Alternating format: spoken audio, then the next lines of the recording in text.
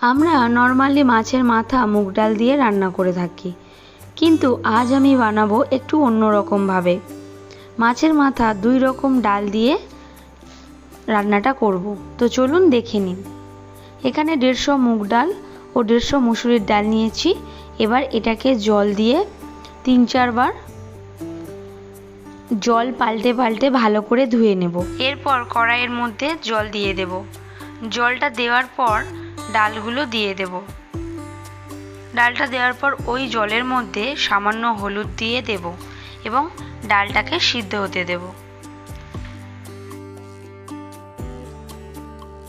15 minute পর ডালের জলটা একদম কমে গেছে আর ডালটাও সিদ্ধ হয়ে গেছে। এবার একটা চামচের সাহায্যে ডালটাকে ভালো করে ঘেঁটে নেব। আপনারা চাইলে ডাল ঘাঁটা ব্যবহার করতে পারেন। এবার ডালের মধ্যে জল দিয়ে দেব। এই সময় যা জল দেওয়ার দিয়ে দেব, পরে আর কোনো জল অ্যাড করব না। এবার ডালটাকে নামিয়ে নেব। ডালটা করতে যে যে উপকরণগুলো লাগছে এবার দেখে নিই।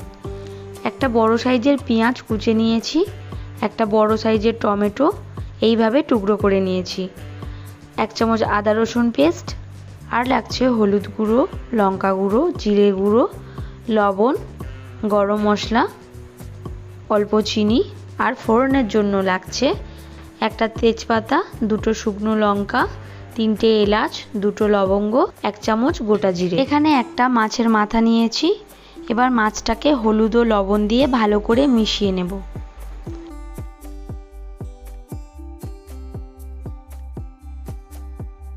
এরপর গরম কড়াতে তেল দিয়ে দেব।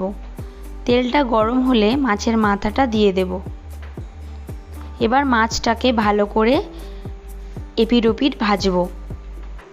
মাছটাকে ভাজার সময় এইভাবে ভেঙে দেব, যাতে ভিতরের অংশগুলো ভালো করে ভাজা হয়ে যায়।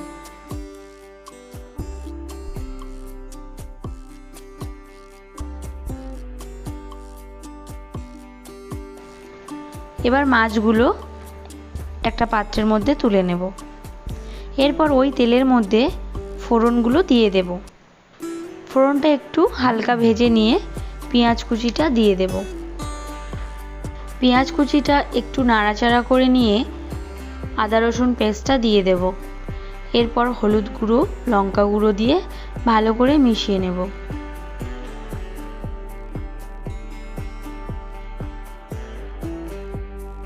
এবার টমেটো কুচি দিয়ে দেব, তার সঙ্গে স্বাদ মতো লবণ দিয়ে দেব। দিয়ে সমস্ত মশলাটা 1 থেকে 1.5 মিনিট ভালো করে কষিয়ে নেব। কষানো হয়ে গেছে, এবার ডালটা দিয়ে দেব। ডালটা দিয়ে একটু নাড়াচাড়া করে মাছের মাথাটা দিয়ে দেব।